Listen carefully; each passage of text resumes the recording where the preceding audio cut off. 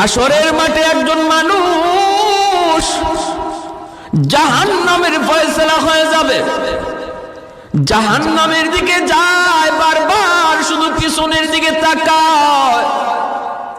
আল্লাহ পাক রব্বুল আলামিন তারে ডাক দিয়ে আনবেন, বান্দা ফয়সালা হয়ে গেল তোমার জাহান্নাম, কিন্তু বারবার শুধু পিছনের দিকে আমি আল্লাহর দিকে তাকায় তুমি কি ভাবতেছ? যাইবা তো তুমি যাইবা, কিন্তু এক কদম তুমি দাও আর পিছনে শুধু আমি আল্লাহর দিকে তাকাও। ঘটনা কি, কি জন্য তুমি তাকাইতেছ? হাসরের মাঠে লোকটা তখন কইব, মালিক দুনিয়াতে উলামায়ে কেরামের জবানে শুনেছিলাম তুমি, তোমার নাম হলো রহমান, তোমার নাম হলো রহিম। আলেম উলামার জবানে শুনেছি আল্লাহ, হাসরের মাঠে তোমার কুদরতে কলিজায় ৯৯ ভাগ দয়া মায়া থাকবে। ও মালিক, আজ হাসরের ময়দানে আমার ফয়সালা হয়ে গেছে জাহান্নাম, আমি জাহান্নামের দিকে যাইতেছি, কিন্তু বারবার কেন জানি আমার মনে হয়, কেন জানি আমার অন্তরে আশা জাগে, আজকে তোমার দয়া মায়ার উসিলায় তুমি আমাকে মাফ করে দাও কিনা, এজন্য বারবার পিছনে তাকাইতেছি।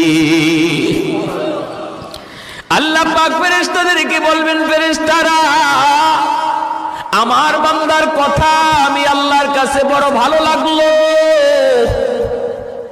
তার জবাবটা আমি আল্লাহর বড় পছন্দ হয়েছে, অতএব তার আমলনামা আবার আমি আল্লাহকে তোমরা দেখাও। আল্লাহু আকবার, জোরে কর।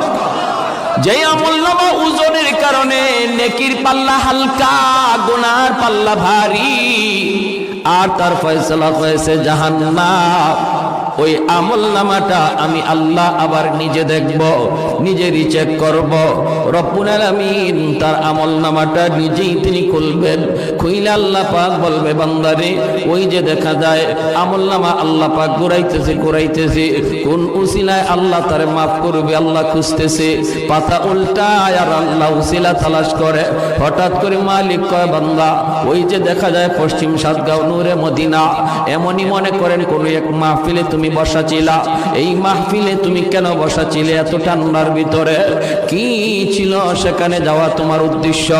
তোমার ঘরের পরিবেশ ছিল আরামের, বিবি বাচ্চার কাছে তুমি থাকতে পারতা, কেন তুমি ওই জায়গায় বসে বসে তুমি কি শুনছিলা? কেন তুমি এই কষ্ট করে বসা ছিলা একটু বলো। তখন কইব, মালিক দুনিয়ার কোনো উদ্দেশ্য ছিল না, ওই জায়গায় গেলে পরে আমারে কেউ ৫০০-১০০০ টাকা দিবে এমনও ছিল না। আল্লাহ